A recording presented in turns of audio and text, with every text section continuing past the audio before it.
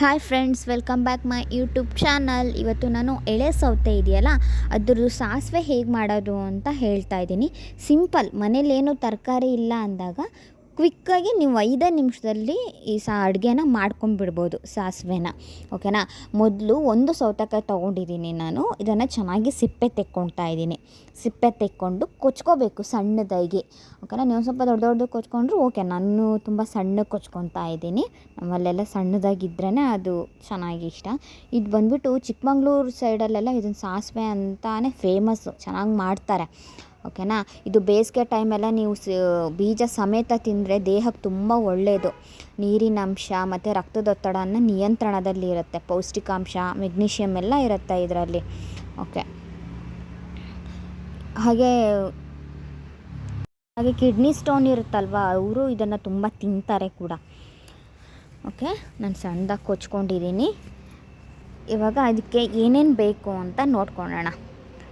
ಕೊಚ್ಕೊಂಡಿರೋದು ಸೌತೆಕಾಯಿ, ಸ್ವಲ್ಪ ಮೊಸರು ಆ್ಯಂಡ್ ಸಾಸಿವೆ ಒಗ್ಗರಣೆಗೂ ಮತ್ತು ರುಬ್ಲಿಕ್ಕೆ ಎರಡಕ್ಕೂ, ಹಸಿಮೆಣಸು, ಇದು ಮೀಡಿಯಮ್ ಖಾರ, ಉಪ್ಪು, ಇಷ್ಟನ್ನು ರೆಡಿ ಮಾಡ್ಕೊಂಡಿದ್ದೀವಿ. ಇವಾಗ ಸ್ವಲ್ಪ ರುಬ್ಲಿಕ್ಕೆ ಏನೇನು ಬೇಕು ನೋಡೋಣ. ಆ್ಯಂಡ್ ಸ್ವಲ್ಪ ಸಾಸಿವೆ, ಎಣ್ಣೆ ಮತ್ತು ಹಸಿಮೆಣಸನ್ನು ನಾವು ಫ್ರೈ ಮಾಡ್ಕೊಳ್ಳೋಣ. ಕಾಯಿ ತುರಿಗೆ ಮಿಕ್ಸಿ ಜಾರಿಗೆ ಕಾಯಿ ತುರಿ ಹಾಕಿ ಹಸಿಮೆಣಸು ಮತ್ತು ಸಾಸಿವೆನ ರುಬ್ಕೊಂಬರೋಣ.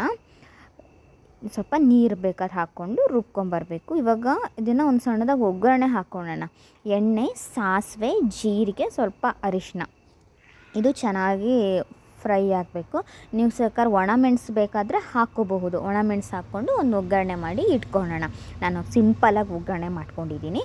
ಇವಾಗ ಒಂದು ಪಾತ್ರೆಗೆ, ಯಾವ ಪಾತ್ರೆಯಲ್ಲಿ ಮಾಡ್ಕೊಂಡಿರ್ತೀವೋ ಆ ಪಾತ್ರೆಗೆ ಒಗ್ಗರಣೆ ಮಾಡಿರ್ತೀವಲ್ವ ಅದನ್ನು ಹಾಕ್ಕೊಳ್ಳೋಣ.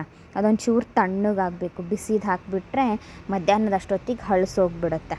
ಓಕೆನಾ. ಇವಾಗ ರುಬ್ಕೊಂಡಿರ್ತೀವಲ್ವ ಆ ರುಬ್ಕೊಂಡಿದ್ದನ್ನು ಆ ಪಾತ್ರೆ ಒಳಗೆ ಹಾಕೋದು.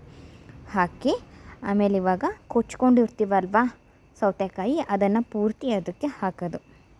ಸೌತೆಕಾಯಿದ್ದು ಅದಕ್ಕೆ ಹಾಕ್ತಿದ್ದೀನಿ. ಹಾಕಿ ಇವಾಗ ಮೊಸರನ್ನ ಹಾಕಬೇಕು. ನಿಮ್ಗೆ ಎಷ್ಟು ಬೇಕೋ ಅಷ್ಟು, ಸ್ವಲ್ಪ ಬೇಕಾದ್ರೆ ಹಾಕ್ಕೋಬಹುದು. ಜಾಸ್ತಿ ಆದರೆ ಒಂದು ಸ್ವಲ್ಪ ತುಂಬ ರುಚಿಯಾಗಿರುತ್ತೆ. ತಂಪು ಕೂಡ ದೇಹಕ್ಕೆ, ಇದು ತುಂಬ ತಂಪು. ಓಕೆನಾ. ಇದನ್ನಿವಾಗ ಮೊಸರು ಹಾಕಿ ಒಂದು ಸ್ವಲ್ಪ ಉಪ್ಪು, ರುಚಿಗೆ ಉಪ್ಪು ಹಾಕಬೇಕು. ನಾನು ಇದರಲ್ಲಿ ತೋರಿಸಿಲ್ಲ ನೋಡಿ ಫ್ರೆಂಡ್ಸ್. ನೀವು ಒಂದ್ಸರಿ ಟ್ರೈ ಮಾಡಿ. Thank you friends.